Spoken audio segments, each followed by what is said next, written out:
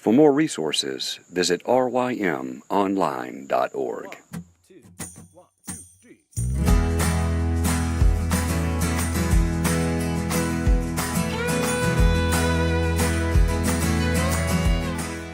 The Local Youth Worker is a daily podcast that's centered on 5 questions each week. Ranging from the practical to the professional, we're looking for answers to the questions you're asking. Whether you're in full-time, part-time, or even volunteer youth ministry, this podcast is for you.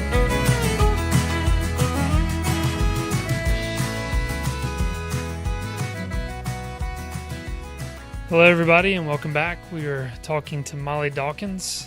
We've talked about encouraging truths. We've talked about mistakes in youth ministry, good things that you've done. Molly, something we remind other youth workers about is that youth ministry is not just ministry to teenagers, but ministry to the whole family. So what are some things that you've done to foster relationships with parents in your ministry? Yes, first thing I'll say is that I was kind of in denial in the beginning of youth ministry about it being a ministry to parents as well. When I started, I was 22 and I was afraid of the parents. Join the crowd. I know, you could say that I still am, but more so that I kind of hid behind other staff members like John Parrott or Whitney Jones or Scott Bird to kind of handle those conversations with parents. But the longer that I've been in ministry, the more I see how important that is. And my answer to this question may not be like super encouraging to new youth workers, but really the best thing for me in fostering those relationships with parents has been time. Just being here at this church for almost 4 years and just the consistency has really helped me develop those relationships. There are, different ways that kind of comes about. There are committee meetings that we have monthly with a group of parents that we have on the committee, and just the FaceTime that I get with them and having those conversations about ministry.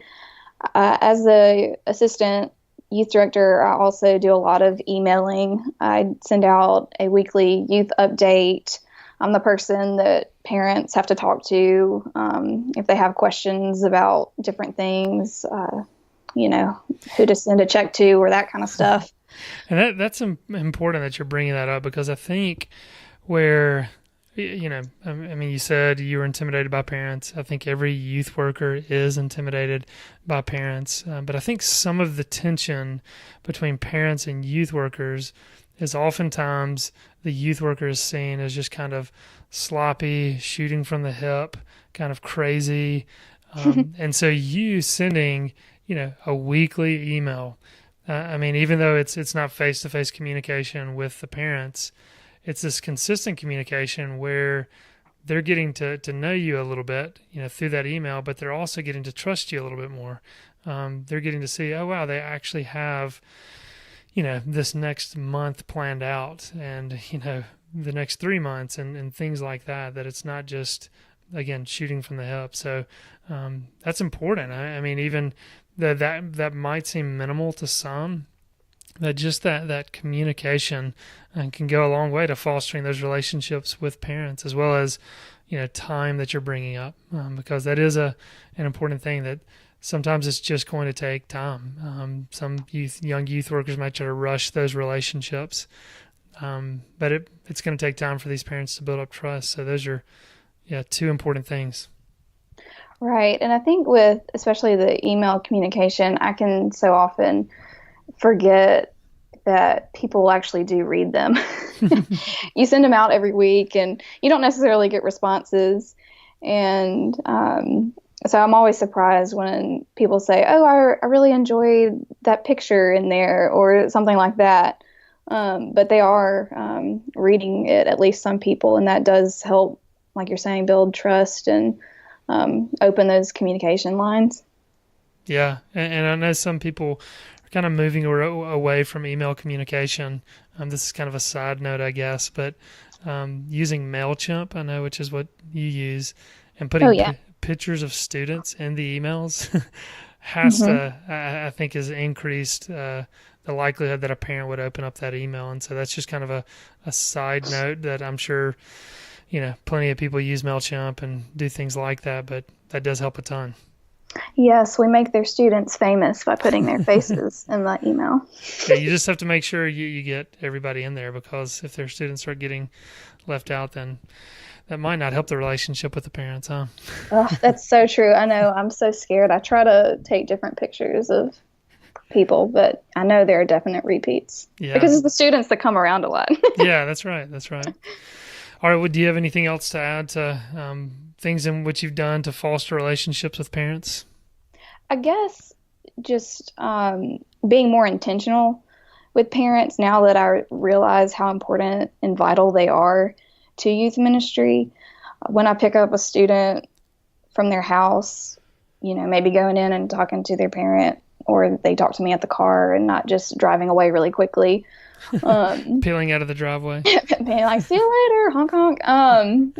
And, we have weekly fellowships for our junior high students at the church, and we have parents that come and will provide a meal for us. And it's easy to just go in the gym and start playing around with students, but actually taking some time to also talk to the parents. Yeah, that's good. Because again, I mean, as you were starting this entire conversation, I was just nodding my head, because right when I started out in youth ministry, I definitely just looked to the older staff members to kind of deal with the parents, and I was just there to be with the students, so I avoided the parents. So I think one thing you're saying here is just encouraging those younger youth workers to have a brief conversation with the parent, or go up to the parent, shake their hand, at least greet them. That gradually builds up trust, gradually fosters a relationship. So those are all good things.